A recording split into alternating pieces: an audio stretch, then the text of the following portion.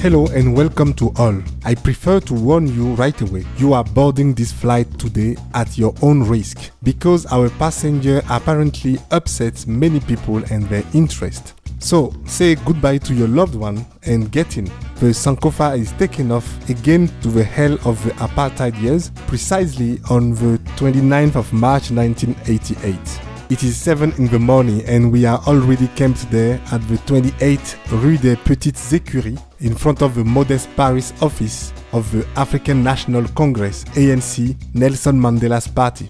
What got here so early is the hope to have a chance to see her alive, the black South African activist, the face of the ANC in Paris. Hey, there she is, Dulcie September, arriving solar as usual. She smiles at us. She even greets us, sympathizers of the black anti-apartheid movement. She must have thoughts to herself. Then she goes to the mailbox, picks up the mail before approaching the front door of the office and take out her keys. And she will never open it. 5 bullets fired at close range with a .22 caliber equipped with a silencer, including 4 in her face and 1 in the back of the neck. Whose interest is it to murder a 52-year-old woman who was trying to sensitize public opinion to the crimes of the South African apartheid regime? African History Daily by my daddy. Born just before the Second World War in the suburb of Cape Town and herself a victim of segregation, Dulcie first became a teacher and taught in several schools as well as campaigned in various unions. Arrested in 1963 and detained without trial for 7 months, she was finally sentenced to 5 years in prison for conspiracy to sabotage and incite act and incitation to act of violence for political motives.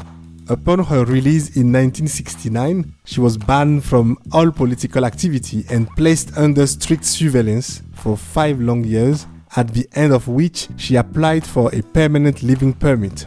Direction London, where awaits a teaching position. But clearly, the years in prison have not killed her conviction. As soon as she arrived in London, she joined the anti-apartheid movement and took the lead in many demonstrations. She even resigns as a teacher and joined the International Support Movement for South Africa. She finally joined the ANC in 1976, who appointed her 7 years later as the movement's official representative in France, Switzerland and Luxembourg.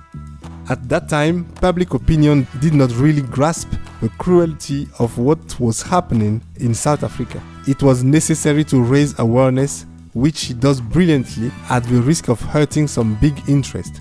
Feeling in danger, she asked for close protection from the French Ministry of Interior, headed at that time by Charles Pasqua. Request rejected.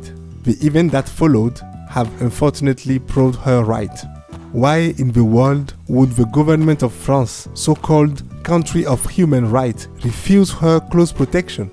Was it because Dulcie was about to unveil armed contract signed in the 80s between Paris and Pretoria, especially the French company Thomson CSF, now called Thales, and at a time when South Africa was under international embargo? Was that why the French Secret Service started tapping her and had minutely requisitioned all her notes after the assassination? In any case, collusion between the two countries is not excluded, especially after the confession of Colonel Eugene de Kock, former head of South African Death Squad, who admitted, before the Truth and Reconciliation Commission, to having ordered the assassination with the help of 2 shooters, one of whom would be Jean-Paul Guerrier, a French mercenary close to Bob Denard, who, at that time of the crime, had close relationship with Paris. Actually, was it possible at all that Paris could not be aware of the existence for 20 years in the South African embassy in Paris of a secret office of the South African armament group called Armscor, which had for mission to find any way around the international sanction? Was it possible that Paris would not know that?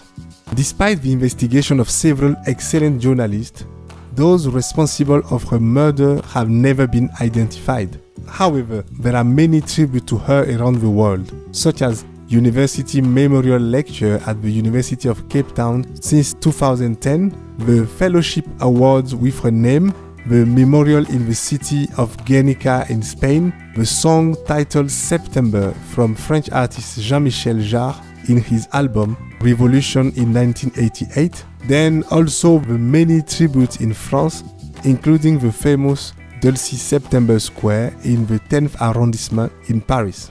All these tributes shall, however, never make us forget that her death remains unpunished.